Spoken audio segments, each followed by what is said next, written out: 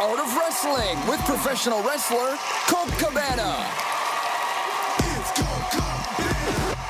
All right, how you guys doing? Come on in, sit down, relax. You're about to listen to The Art of Wrestling, a professional wrestling podcast. It's a life podcast. It's a personal journal. It's a natural way to the minds, the souls, the hearts, and the lives of the people involved in the world of professional wrestling. I am your host. My name is Colt Cabana. I am a Cajun man. I could be an alligator roller. I just met ZZ from Tough Enough. Why am I even saying anything about that? Who knows? Most importantly, though, I am a professional wrestler, and I am not sitting here live in my studio apartment in Chicago, Illinois. I am downtown New Orleans, Louisiana, doing a private show for some private people. Before we go any further, this is a fan-supported and listener-supported podcast supported by people just like you. I give it to you free of charge every single Thursday. ColtCabana.com, iTunes, SoundCloud, wherever you get your podcasts from. A couple great ways that you can support, rate, review, and subscribe on iTunes. Tell a friend, tweet it out, Facebook it out. Best way that you can support, ColtMerch.com, DigitalColt.com, t-shirts, buttons, pictures, posters, DVDs, digital downloads, micro-brawlers, headbands, and more. Best way that you can support, that's ColtMerch.com, DigitalColt.com. The best part about meeting ZZ, that sounded weird, is I'm down here in New Orleans, Louisiana. Lucha Vavoom is doing this private show for this liquor company, and they asked who can help us down in Louisiana. I said, Luke Hawks is down here. He does Wildcat Wrestling. So we had to fly in a day early. They were setting up the ring, and ZZ was helping out. And he walks in. I only know him from what I watched on that show. And I was like, oh, shit. And he's like, hey, man, where are you from? I was like, oh, you know nothing about wrestling, do you? I was like, Luke, he knows nothing. He's like, no, man, he's 20. He's training to be a wrestler. He was a reality show guy, and then he was like, yeah, I'll do the wrestling. And now he's back down here in Louisiana. The offer was there, but I don't know. I didn't take him up on it. I should have taken it up. But that's, I just talked about with Matt Cross how you just should take advantage of this shit. And instead, I went to the gym and I ate Subway. Fuck. It was like an hour and a half away. I hope you guys understand. You should understand, right? ZZ didn't understand. This is his life. This is what he knows. This is also Keith Lee's life. Bask in his glory. For those of you who don't know, Keith Lee, just a giant professional wrestler. Kind of coming to his own in the last year, 2 years. Has been doing it a while, though. And we're going to get into that. Great having Keith on the show. I don't know if he's someone that everyone really knows his story, so cool to hear his background. A couple of tidbits that he was talking about that I didn't know made me excited. That's what gets me excited. That's what really gets my rocks off, is when I find out stuff about people that I don't know. Is that weird? What if that was like really how I got my rocks off? Like, oh, you like checkers? Oh my God. Okay, all right, I'll stop. Sitting in a hotel under a blanket on a desk, trying to keep the outside noise at a very minimum. Last week, wrestled. Where'd I wrestle? Last week, I was in Chicago. That was an easy gig. AAW. Keith was there also. I wrestled John Morrison, Boone the Bounty Hunter, mixing the way people wrestle and throwing in different styles, and I thought we came together really well. We were both really happy with the match, and hopefully the people at AAW were also really... That's the problem when you wrestle at these companies that become these companies now, because my style as I get older is not the style of a... I don't know, super duper indie. I watch the kids. Oh, fuck, I'm becoming that guy. I watch the younger wrestlers that are fucking nailing it and they could do everything.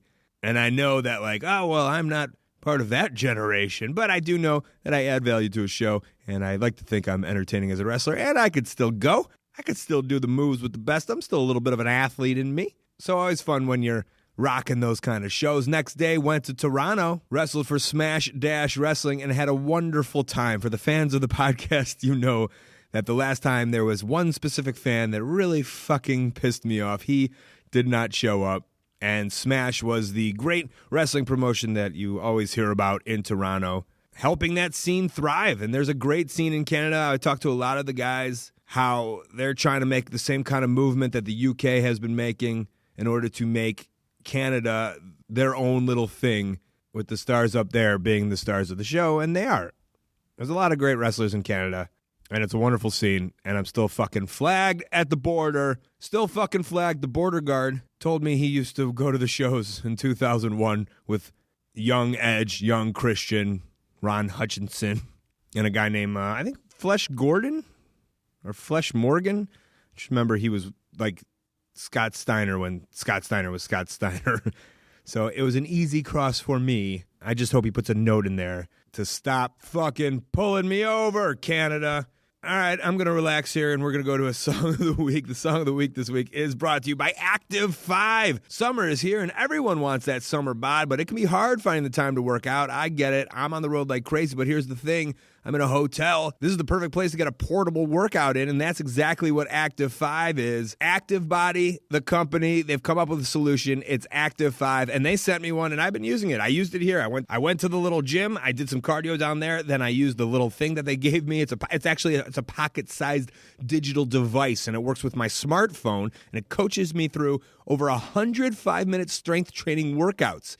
Even measures my stats and my progress, too, so I can see how jacked I'm getting. All Active 5 exercises are isometric, and they're tough, but it's only 5 minutes, and it's effective. I double them up. It's like Subway. I'm asking for double meat. I do double workouts. I even used it on the plane on the way here, and no one noticed because it's small, and it's a small plane workout that they have. They have office workouts. They got regular workouts, all kind of workouts. You should check it out. Maybe Active 5 is for you. It's active5.com, ACTIV, the number 5.com. Enter the promo code COLT at checkout. Active Body will give you a free water bottle. That's a pretty good deal. You got 5 minutes. Work out. Help fire up your muscles anytime, anywhere. Active5.com. All right, the song this week is by Otis Gibbs, a country singer out of Nashville, verified on Twitter at Otis Gibbs. OtisGibbs.com is his website. You can buy the song, otisgibbs.bandcamp.com. Otis sings a song about a man who fought race relations in and out of the ring. I did a story about this very man on my Pro Wrestling Fringe series on Stitcher Premium, which has now been changed from Howl. But Otis, he sang a song about him. It's called Sputnik Monroe. It's beautiful. Enjoy it,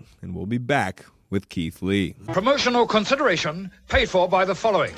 Hey guys, we're also brought to you today by Bombfell, BOMBFELL.com. Yes, the new shorts that I got, they're from Bombfell. The new shirt that I got, it's from Bombfell. This stuff is now in my rotation. Bombfell, they dressed me up good. You know I hate shopping. That's why Bombfell's just sending me stuff in the mail. No fees to work with. Also, no monthly fees, no reoccurring fees. $0 to sign up. Just pay for the clothes that you want. Bombfell is an online personal styling service that helps men find the right clothes for them. Just fill out a questionnaire and they give you a stylist. The stylist sends you options. You have 48 hours to make any changes or even cancel if you're not into it. That's it. Just pay for the clothes you keep. You can get options for every month, 2 months, or 3 months. Do it. Stop going to the stores. Have the stores come to you. I'll get you $25 off your first purchase.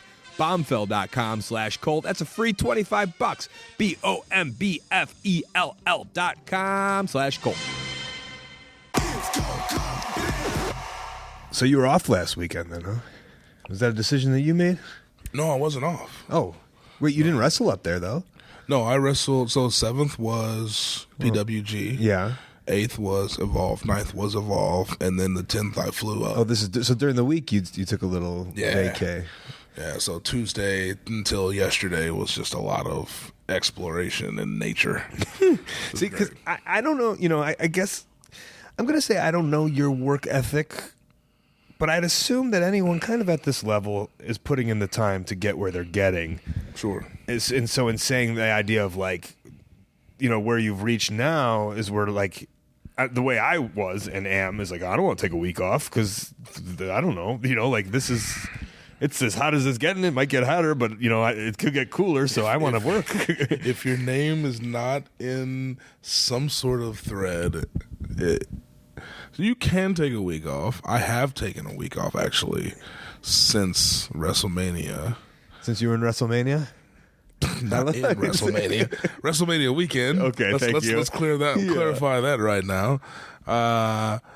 But it's rare, like super rare. Like that was the only weekend. Mm-hmm. So of course you want to keep your name buzzworthy as much as you can. So yeah, work as much as you can. And is that your thought process now? Has that been? Because some people play it different ways, but and I appreciate that and I understand that, and I'll say that, you want to keep your name in the thread. But some people, as we've seen throughout the years, there's just some people that just do it and then they kind of get hot and they don't even know that they're hot. Some people that aren't even self-aware. 100%. That was actually me. That was absolutely me. During Mania weekend, a lot of people say, I heard your name everywhere, and I just have no clue. I'm just there having fun and excited to have matches, right? So.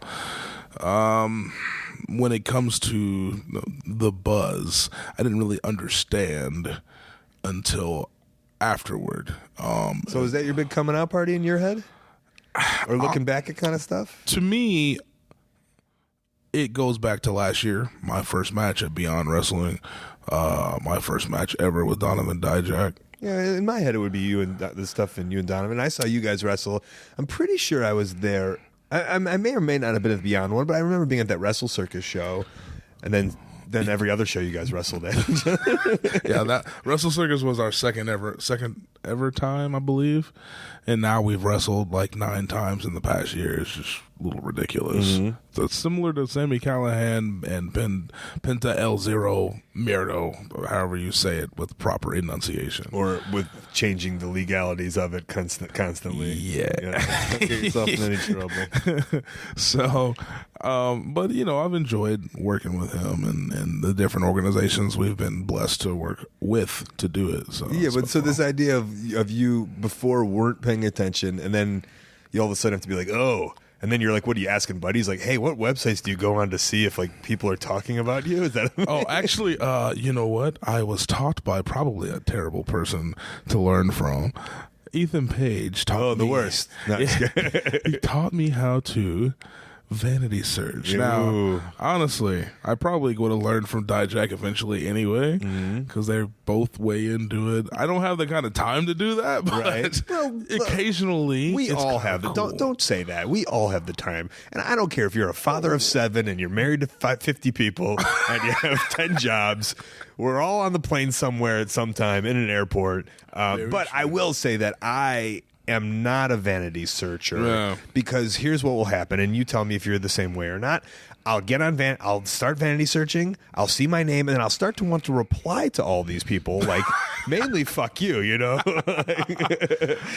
then you can't be the guy that replies to the vanity search because that's why they're not tagging you, so you don't see it. Yeah, and there's some times where I'm kind of like, man, some of these guys really think that they know what's going on, and it's very interesting. Sometimes it's curiosity, but it's super rare that I'll actually go and type my name in and try and figure out what's going on. So, because you have no time. Because you have no time. Well, being corrected by you, I just prefer to do other things. Right. See, I think that's the right answer. Not to make you change your answer. There's other stuff to do out in the world, like checking the people that do put you in replies and whatnot. Try and respond to actual people with questions. There you go. All right, so so one of my main questions here was I'm curious as to, you're a big boy. Are you constantly one of these guys doing stuff to stay big, or are you born big and it's just there? Now wait. When you say doing stuff to stay big, well, so I watched. I don't know if you've watched. There's a Netflix documentary about the strong dudes. There's one dude in UK, and he was like, I don't know, he's breaking the deadlift record and stuff. And I watched the documentary, and they're eating and eating and eating and like at the gym and it's like, I don't know. I look at you. I see athlete. I see muscles. I see bigness. Yeah. No, I don't do any. I don't do anything. Even like, I've actually toned down a lot of my weightlifting. As a matter of fact, I used to power lift years ago, and it feels like it's something that beats me up with the amount of time I spend in a wrestling ring. So I reduce the style of training I do, and I do a lot more athletic style training. The size is literally it's just who I am. You're a dude with that frame. Yeah. My father's 6'7". He was around 360. He is not a fat guy either. I mean, I am a fat guy, but to me, he's actually leaner than me. My brother, the 21-year-old, is actually taller than me, and he's been taller than me since he was 15. He's about 6'5". I have an 11-year-old brother who's 6 feet tall, and I have an 11-year-old brother. Yes. Good Lord. My father is the decade man. Me at 32, my brother that is 21, and then the 11-year-old. Oh, man. Yeah. It's pretty great. It's weird. But, all the same mother, or? Actually, those two younger ones are half brothers from my stepmother, and I'm the only one of us three that is from my mother. So, it's just my family, man. I'm literally one of the shortest people in my family. So, and people find that odd when I say that, but my uncles and whatnot are all around 6'5". Do you get pissed off as a wrestler? No. Or an athlete, maybe? It used to bother me, but I became the strongest person in my family so quickly. It was kind of like, well, at least I have this. Yeah. So I had some sort of justification. I don't have to be as tall as y'all because I can pick up double what you can. See, as a kid who was just enamored with sports, I played all the sports, and I think you were the same way. Maybe I'm incorrect, but for the most part. Or I know you played football. Mm-hmm. Yeah, but I was always just like, if I was 6'7", I would be in the NFL, NBA, MLB, whatever. I'd be in everything. But I am like one of the tallest in my family, so it's like I couldn't be like, damn you, I'm not as tall as whatever. So I don't know. I was always like kind of pissed off. And I played college ball, and I was just at 6 foot coming in as a defensive lineman. I was like laughed at. I was laughed at. Yeah, that's definitely like linebacker height right there, or even like secondary. Right. Yeah, I don't know. It's weird, but with my uncles being 6'5", my dad's baby brother. I say baby. Obviously, he's not super young, but he's about 7 feet tall. It's just like, good Lord. I'm just looking up at everybody in my family, so it's intriguing. I can still pick them up, and they can't pick me up, so it works out. Texas, is that everyone? Yes. Most of my family is in Houston. My father lives up in Dallas, where I used to live. My mother, who is actually almost 6 feet tall herself, she lives also up in the Dallas area. They are not together. That's why I say it that way. Yeah. But yeah, it's just a tall family, man, everywhere except for on my mother's side. So. Okay, so did you grew up in Houston? I was born in Wichita Falls, Texas. Okay. And I lived there for the first 12 years of my life, and then I lived in the Dallas area up until about 4 years ago. I've been in San Antonio since then. 4 years ago, you moved to San Antonio? Based off of what? Just moved for family. I got a lot of family in San Antonio, too. That's all right. I mean, because I'm in Chicago, and sometimes I think about moving, but it's like, maybe moving for you is easier than it is for me. For me, absolutely. Especially, I'm like a gypsy right now, man. Even though I have a home address in San Antonio, I'm hardly ever in Texas nowadays. So it's like I live everywhere else and visit Texas. Is that because of wrestling, or are you embracing this lifestyle? Both. First, it was because of wrestling, but I would. Because you haven't always been a fly-out guy. No. Now you're a fly-out guy. Yeah, it didn't happen until... I mean, it happened maybe before last year, but not as much as it has, like, last year. It just kind of exploded, and that's literally all I do now.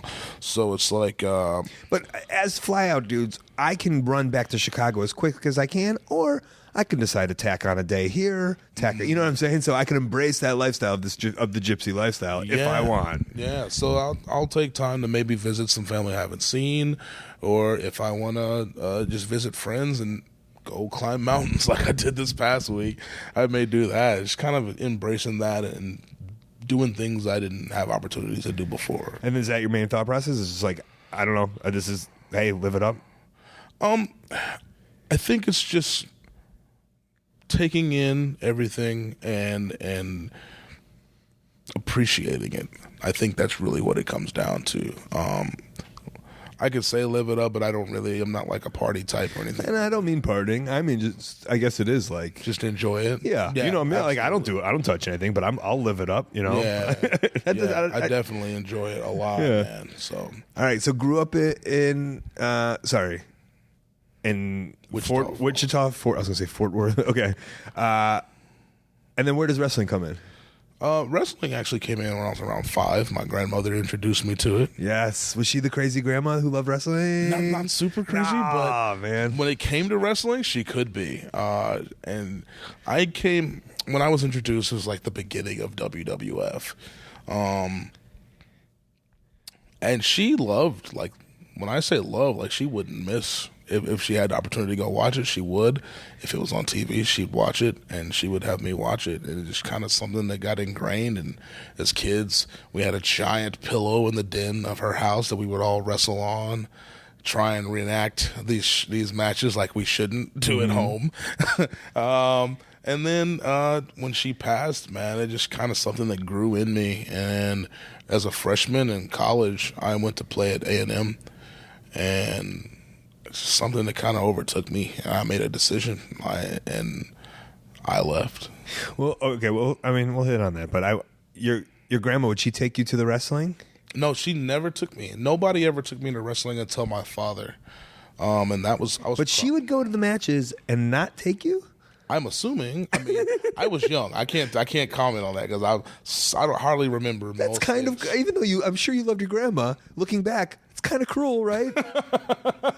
Possibly. Like, here's this 7-year-old kid who loves wrestling, watching it with their grandma, and she's like, "Where are you going, Grandma?" The store. I'll be back in 3 hours. She comes back with foam fingers and like a Macho Man bandana. Oh my God! If that ever happened. Oh man, that would be amazing. Actually, when I think about it, if she's obsessed in going to wrestling, and she never takes you to wrestling, oh my gosh, that just like put a tear in my eye. Oh my God, just the thought of that. That's amazing. Like the wrestler's like, "You want me to sign anything for your kid or anything?" And she's like, "No, just make it out to me." That's great. Oh my God, you ever see that? I'll see that with fans too sometimes, where like, yeah. or a dad will come up with their kid and like he'll be like, "Oh, what's his name?" And it's like, "Oh, well, can you sign it to Mike?" It's like, "Who's Mike?" "Oh, that's me." I was like, "Oh, okay." You got it, bud. Yeah. No problem. No judgment here. Did your dad take you to wrestling while your grandma was alive? No. So actually, she had passed. Yeah, she passed when I was very young. And he took me maybe when I was 14, 15. So I was around the time of, I guess, Attitude Era, around 99, 2000. I like that it was the Attitude Area. It wasn't even the era. It was the area. God dang it. It was the area of Attitude. The area of Attitude. Somewhere in that area. Right. He took me, and, I got my fill there, and then it was a great show. So before you didn't go till you were 14, and you loved it when you were 5. What was it an obsession, or was it just like a kid who kind of liked wrestling? I think I just a kid that liked wrestling. I don't think it was an obsession because my family was so football driven. It's just natural for my family to go into it. It's something I got into heavily. My mother didn't like the idea of me playing football, so I actually left Wichita Falls, moved in with my father. So around the time I was 13 is when I started playing football. And that's what I gave to. I played other sports, but football was life, if you will. And then the idea of doing wrestling hadn't hit you because it was football all the way through high school into college? I'd say I thought about it, but I was committed to football. It was something that made my family happy, and great opportunities came left and right. What was your backstory of what you would do to get into wrestling in your head, even though you were right? Honestly, and this is complete honesty, because I had no idea how one got into wrestling. Yeah. Nobody in my family, my cousins grew up and away from it. I was literally the only one that thought about it like that. So I had zero idea. So you weren't like, "I'll go to Ivan Putski's school in the summer." No, I had no idea. I feel like there's a lot that I didn't know about wrestling until last year.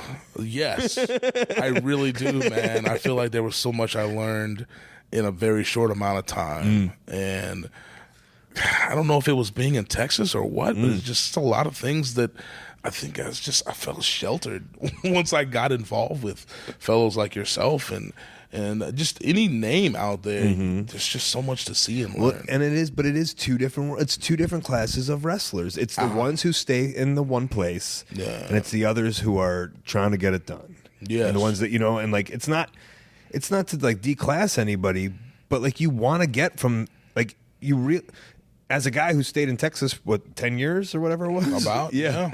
You can look back now and be like, "Oh, I was just a guy who stayed in one place," right? And that gets you nowhere. I was the guy that did it wrong. Yeah. And it gets you nowhere, right? 100%. And literally to the point when I made the decision that I was going to chase wrestling, I had no idea how I was going to chase wrestling until I left school and I moved back to Dallas, and then I accidentally found my way into Killer Tim Brooks School, which is a very old school guy. Not a lot of people know his name, but he wrestled back with the Pipers and the Flairs and the Von Erichs and all that jazz. So in Texas, he was a big deal.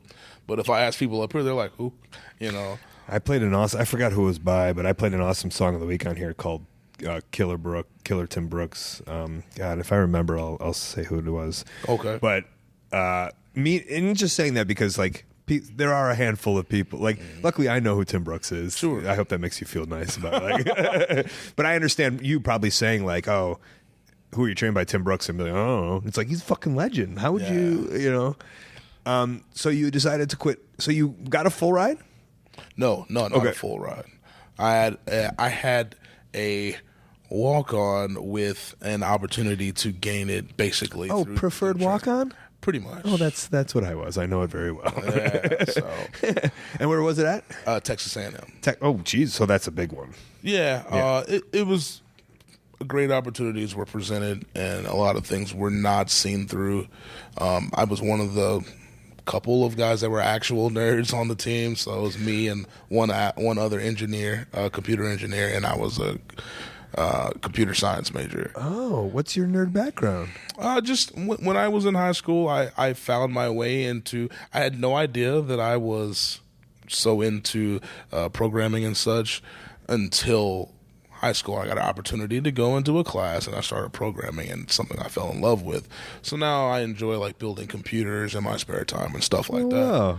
Like my own computer I built years ago, and it's probably about time to build another one. But what kind of kid were you before that? It's just a jock, man. Yeah. Just a regular athletic kid that played a lot of sports, and I didn't know until I met a friend, and he introduced me to Dragon Ball Z and Final Fantasy, and I was like, what is this world? And then I started falling more into what got things. you hooked into that world? Just the guy that I met, he actually played on our JV team. So as a sophomore, I played on varsity for football, and he obviously played JV.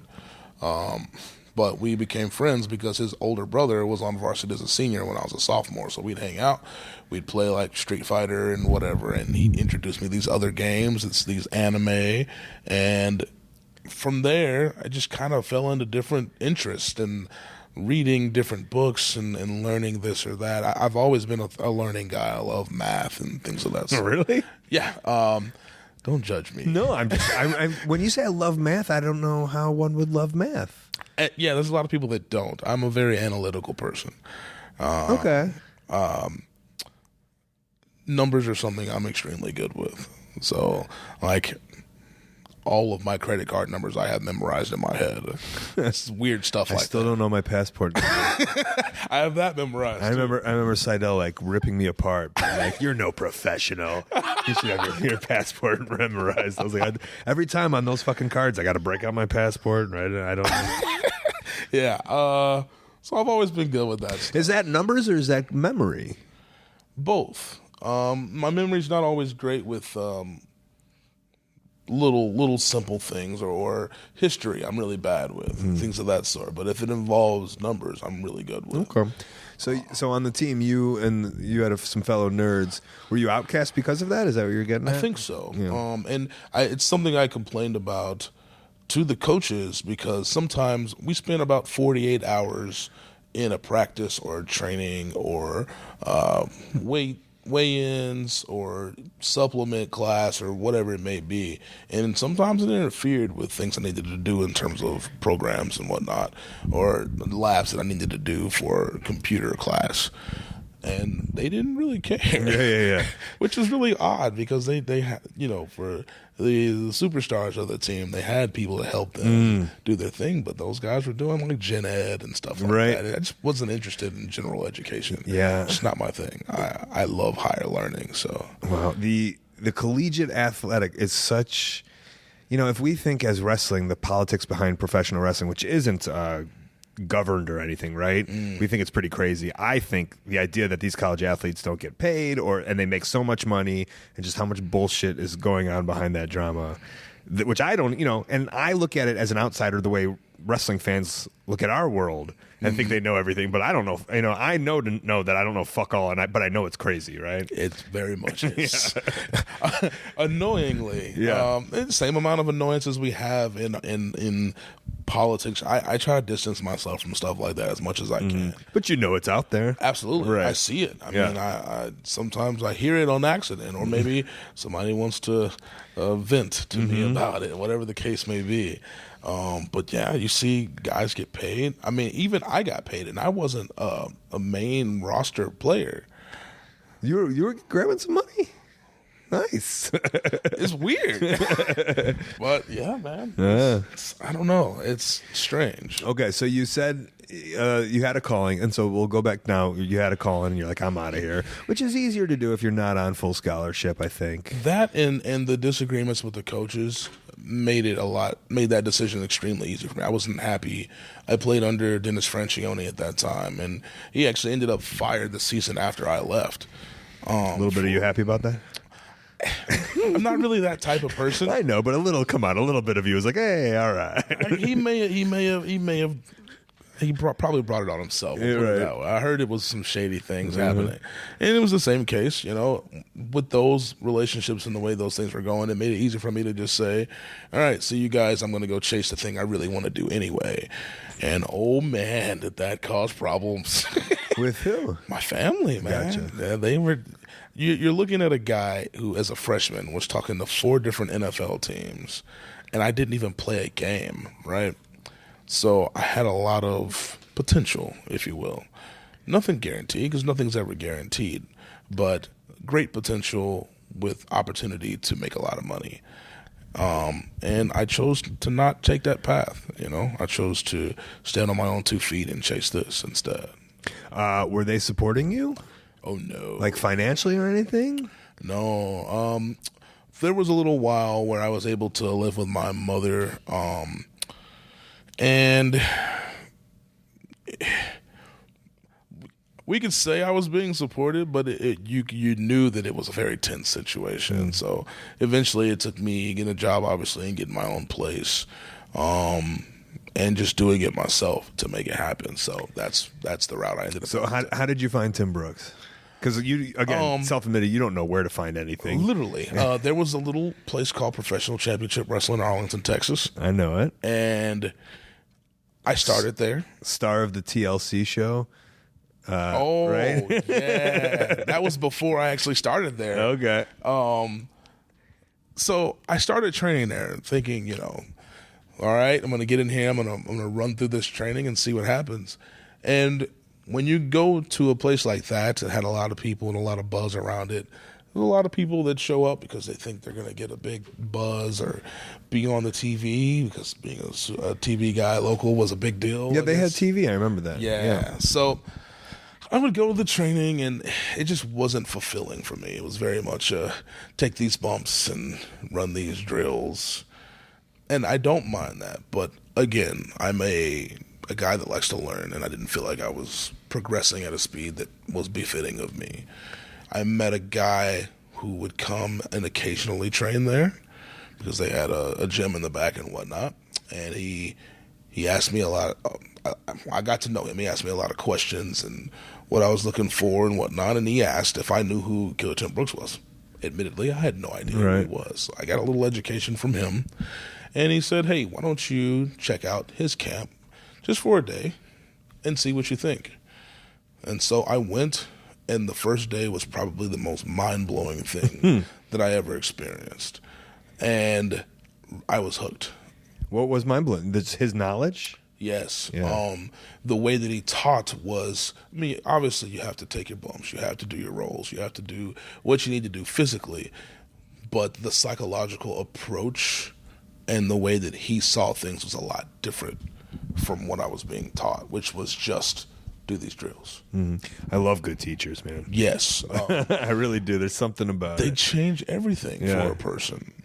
And I was able to go at a speed that I wanted to go. He would have weekly camp for regular people, but they would let me come 2 or 3 times a week, and I would learn at a completely different pace, and I absorbed everything I could. Completely different pace in terms of what? You had to be slower or you were faster? I was faster. way faster. Okay.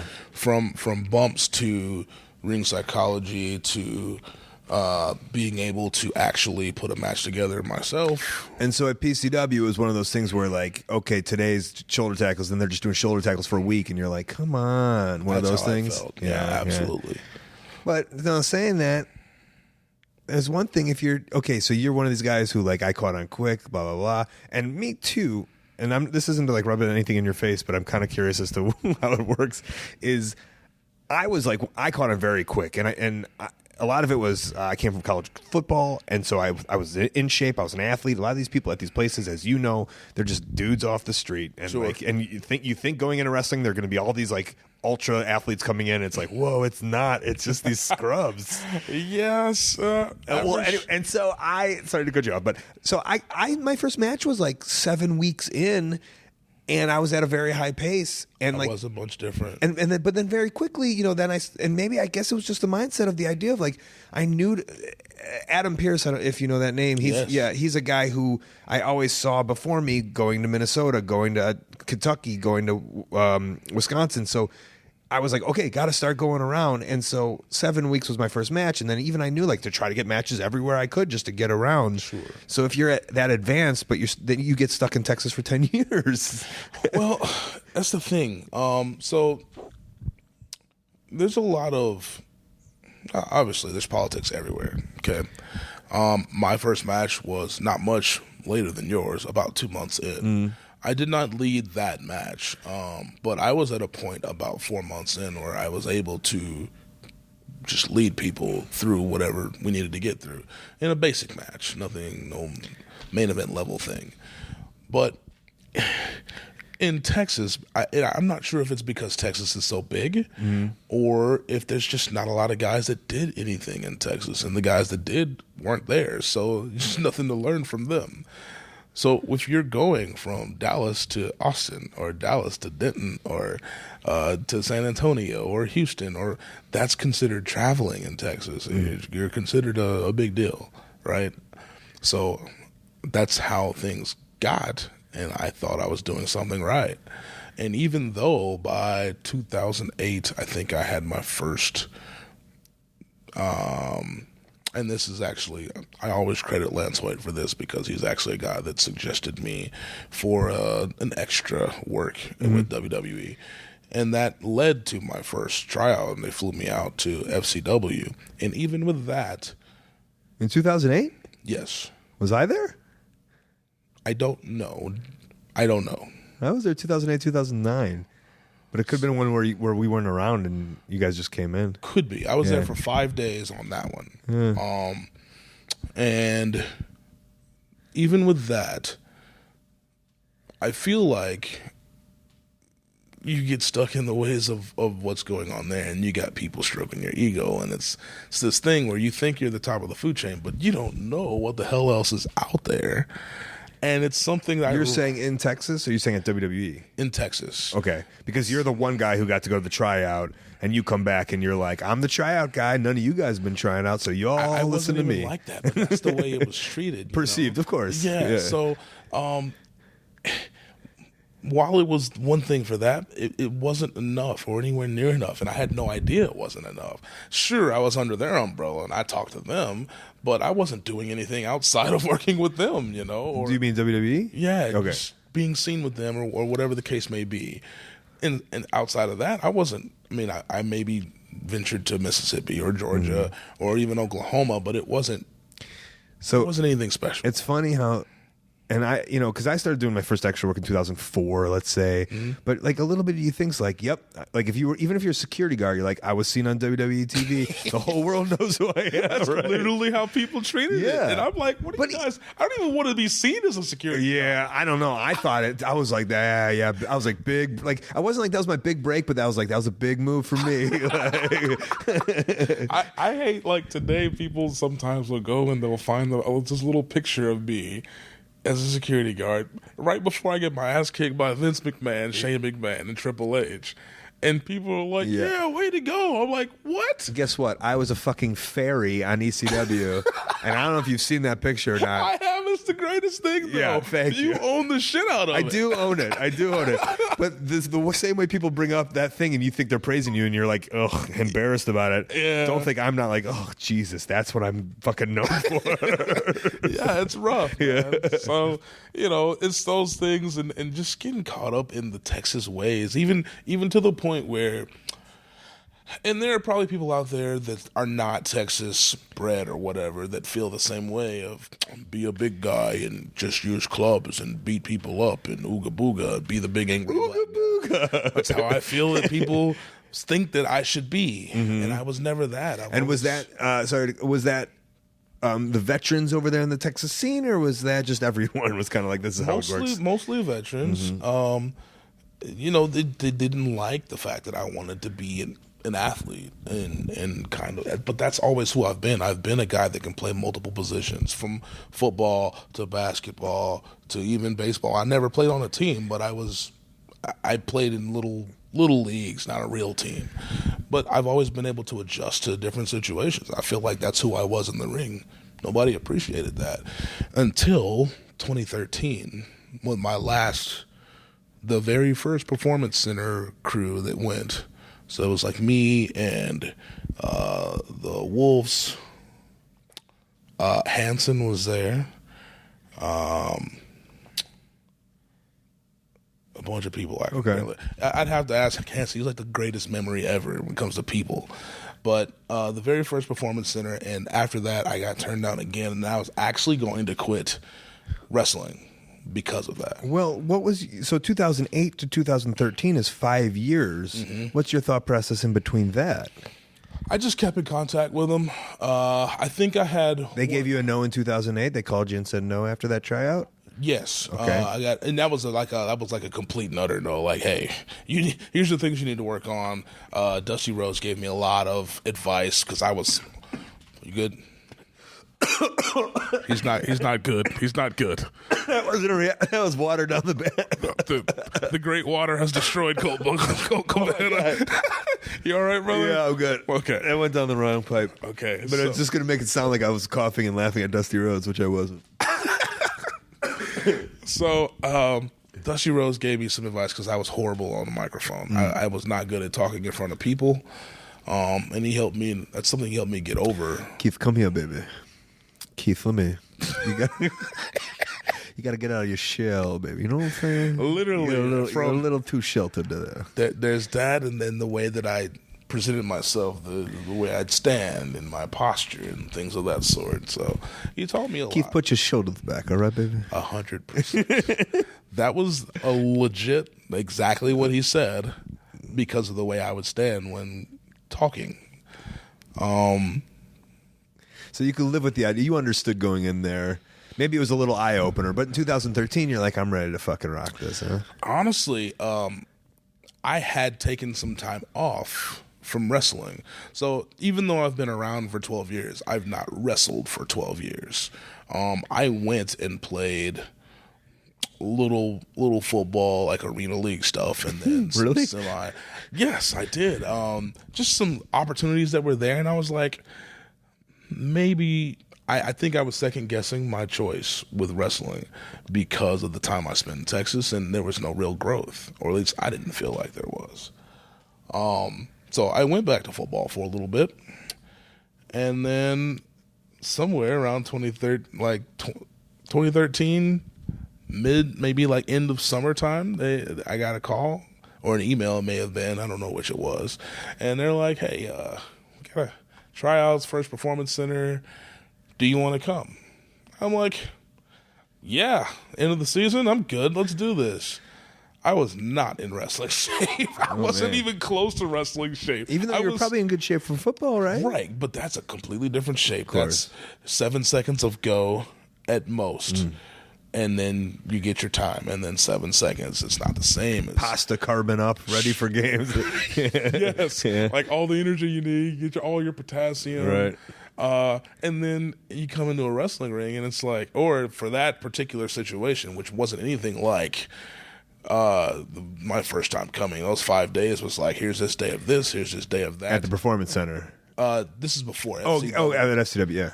come to the Performance Center and it's like 2-3 minutes of drills, and then you go to this ring and it's 2 minutes of drills, and then you go to this ring and it's 2 minutes of drills. I was dying. Yeah, man. those ones were notorious among the boys saying how crazy they were. Yeah, because especially with it's nothing DeMont like running wrestling. nothing like wrestling. So it's like, I mean, it's good to be in good shape. I'm gonna give him that, but it's like at the same time, this is not the way matches work, man. Even if we have a 20-25 minute match, and those are rare, it's not going to be like this. I'm not going to die like that. I know how to pace myself. I know how to do things a little differently.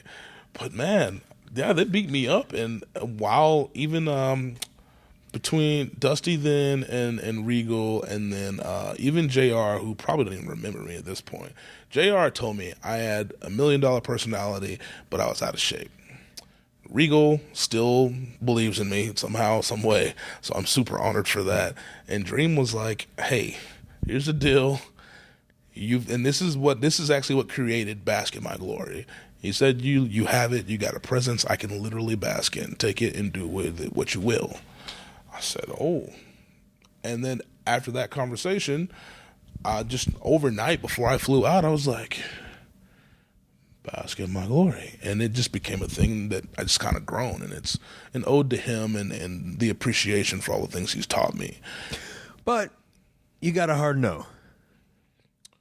I would say yes. They have their little, here's all these positives, but it's a no. I mean, they didn't sign you. Yeah, absolutely, 100%. And you were ready to quit. Yeah, even though you had Bask in My Glory ready to go. Yeah, ready to sell T-shirts at Pro Wrestling Tees. 100%. I was ready to just say, man, I just made a mistake. Okay, but it took a sit down with Dream and a sit down with Regal to kind of light a fire under my butt, man. And it when it came down to it, Dream said that maybe I just need to be me. Maybe I don't need to take advice from other people right now. And Regal said, do what makes you happy.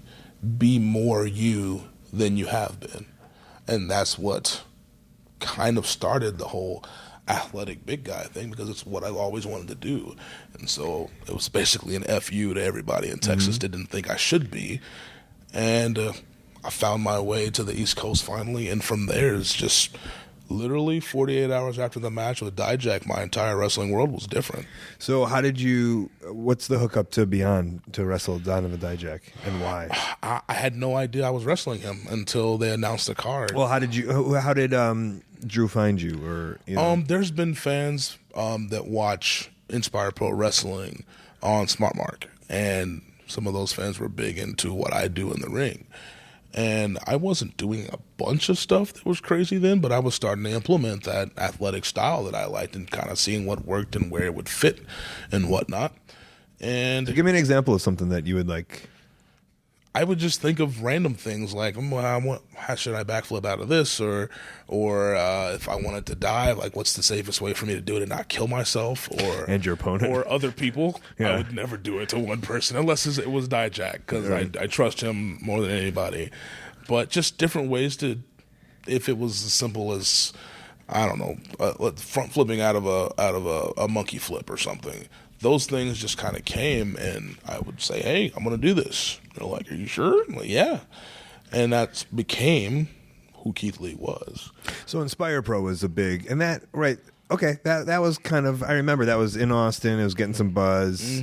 And so that led to people saying, to Smart Mark? Or to Beyond? Yeah. Was he the only one that would listen, or? I think there are other people that listen, but his concern, I think he had seen footage and he liked what I was doing, but who was going to fly a Texas guy up there? And it took me basically investing in myself and flying myself to the East Coast. And I sent a tweet to Beyond and said, hey, I may have something that could work out. Would you like to talk some business? We linked up. We shared some DMs. I said, hey, I can get myself there. Is there anything you might have for me? Is there any opportunities you may have? And he said, as a matter of fact, and it was like, I don't know, a couple months away.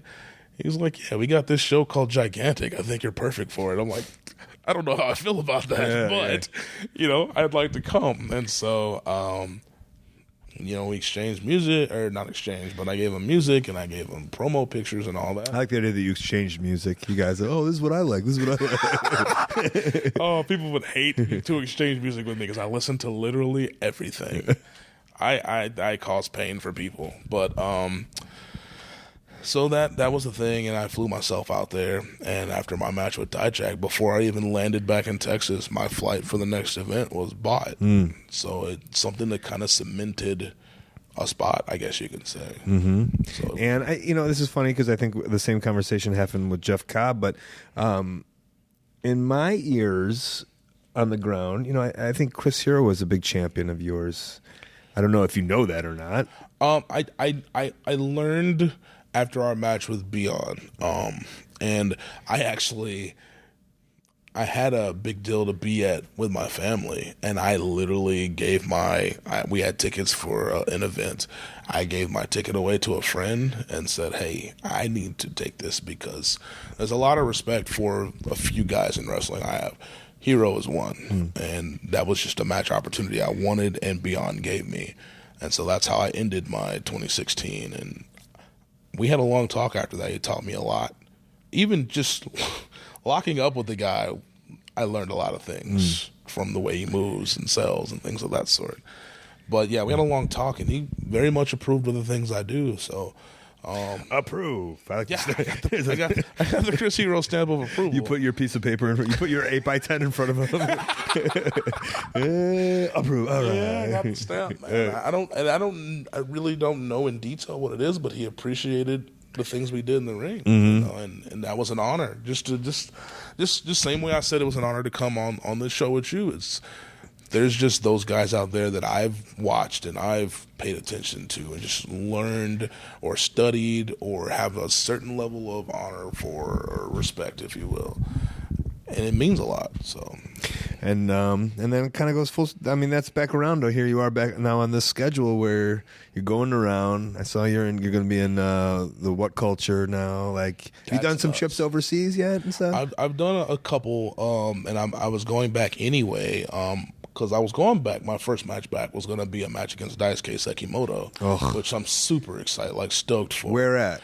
It's going to be in London for XWA UK. Man, that's a great match to do. Yeah. So I'm super excited for that. And then that opportunity just came up because of the Cody Rhodes situation. And that's unfortunate for the fans. But, I'm hoping to give them something that there's no regret there. They appreciate seeing somebody that they may not know, or maybe they have a little experience. And what about Japan? I want to go there. It will happen. That's crazy. I don't know how to make that happen. Yeah, somebody will. I'll help you. I'll see what I can do for you. I really want to go. But that makes sense. It just makes all the sense in the world. Yeah, being a big nerd, from video games to even Japanese culture, food, these are all things that I'm just in love with. So, and you tack on wrestling, which is obviously my greatest love. That's a place I feel like I need to experience at least once just to wrestle in. So, I think it's a matter of time. I remember Elgin came on this show, and he was like, I've never been to Japan, and I was rubbing in his face because I just came back from a tour of Japan. And I don't know. And then you see where it happens. But I think you understand the idea of just staying on the path, doing your thing. That's all I can do, things will come, and they have already. Yeah. And it's, I don't know, right as a guy who's been doing this is my 19th year. It's just That's awesome. If you stop, it'll stop. And if you just continue going at a good high level, it'll go. And maybe you've learned that from your football take back. Yeah. If you stop, which is weird because you stopped and then WWE called you. That was really weird, man. I took probably about 2.5 years off. Yeah. They weren't paying attention to my bookings or anything like that. They were just like, well, we know who you are. And they were impressed with their first seeing of me. They made me wrestle 12 or 13 guys to make sure I had a wind.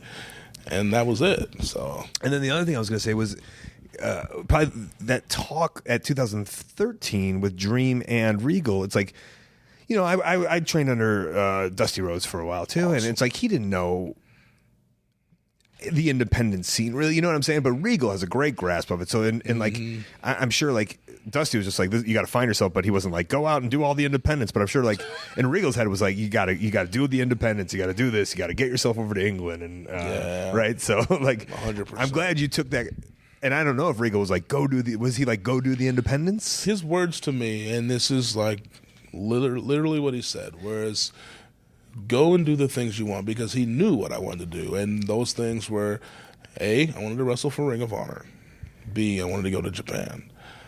England became something as an in-between after that conversation. But I got to Ring of Honor, and I enjoyed my time there. I learned a ton, because I have never been a tag team wrestler, ever. That's literally something that got thrown together, and me and Shane ended up together. But since then, once I came to the East Coast, my singles just exploded. So I really wanted to take a hold of that and ride that wave. So that's been a great focus of mine. Where you at on the internet? See, Instagram, Twitter, at Real Keith Lee, all together. Keith, guys. I know people in English grammar probably want to spell it Kie. Don't do it. Even on Facebook, facebook.com/Real Keith Lee.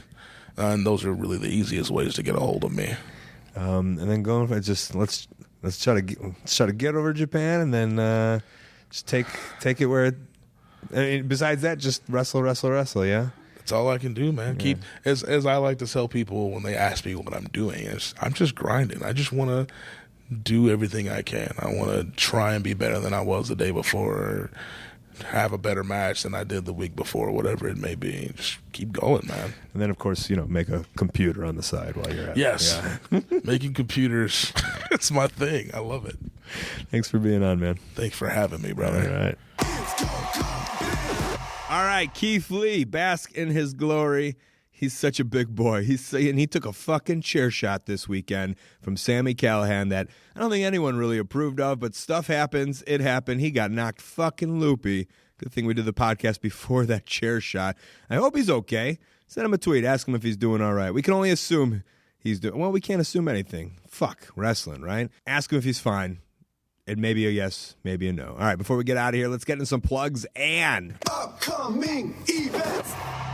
All right, the best way that you can support ColtMerch.com, DigitalColt.com, Twitter and Instagram at Colt Cabana, Facebook /AOW Podcast /Colt Cabana. My storytelling podcast, Pro Wrestling Fringe, plus past archives of this show ad-free are on StitcherPremium.com/Colt. Use the code Colt, get a free month. ColtWrestling@gmail.com, my very public email. Maybe you're a promoter, want to put me on your upcoming show or convention, YouTube channel. I got one of those. ColtCabana.com is my website. I got a P.O. box. Send me something fun. Upcoming events, Saturday, July 22nd, Austin, Texas, WrestleCircus.com. Sunday, July 23rd, Gainesville, Florida, FestWrestling.com. Saturday, July 29th, Concord, North Carolina. I'm doing commentary for ROHWrestling.com. Thursday, August 3rd, Brighton, England, Facebook /Riptide Rest. Then August 4th through the 27th, every single night, 10:20 p.m., the Edinburgh Fringe Festival. Grab tickets at edfringe.com. Also doing some wrestling while I'm there. Sunday, August 6th, Mintlaw, Aberdeenshire, Facebook /UPW Online. Saturday, August 19th, reckless-intent.com. Sunday, August 20th, ROHWrestling.com. Saturday, August 26th, SWEonline.co.uk. Sunday, August 27th, InsaneWrestling.co.uk. When I get back, Thursday, August 31st, Berwyn, Illinois, AAWrestling.com. Thursday, September 7th, Minneapolis, Minnesota, Facebook /First Wrestling. Friday, September 8th, Boise, Idaho. Marty DeRosa and I are doing comedy at 208comedyfest.com. Saturday, September 9th, Rahway, New Jersey, WrestlePro.com. And Sunday, September 10th, I'm doing a live podcast in New York City proper, NowHearThisFest.com. Use the promo code ART. Save $20 on the festival. And that is the show for this week. Thank you for listening at home. I really appreciate it. Thanks to Keith Lee for being on the show. Cable Guy Jeff and Stu Stone, Kid Russell, and Matt Jenkins on music. Dane Miller and Creaky with tech help. Thanks to our sponsors, HighSpots.com, a VOD service that's amazing. Watch Keith Lee and PWG over there on that. AMA knee pads, they got gear, they got masks. You can get a wrestling ring from them and so much more. OneHourTees.com, they help run ProWrestlingCrate.com, they help run ProWrestlingTees.com. That's the place where you can support your favorite independent wrestler. And TweakedAudio.com/Colt, the earbuds that I use, get over 30% off of free shipping just because you listen to the show. Cajun Fish. I passed on all of the Cajun Fish and the Po' Boys. I am just wrestling and then heading back to Chicago so I can get back on the road and go to Austin and Florida. this event was not able to be advertised, so nobody knew about it, and it's already happened. I mean, I'm recording this before it's happening, but when you're getting it, it's already happened. I could only imagine that I did wonderful, and a lot of people got very drunk because that's what liquors are for. That's what liquors are for. Pretty good, right? All right, this has been The Art of Wrestling. For Colt Cabana, I'm Colt Cabana. Thanks.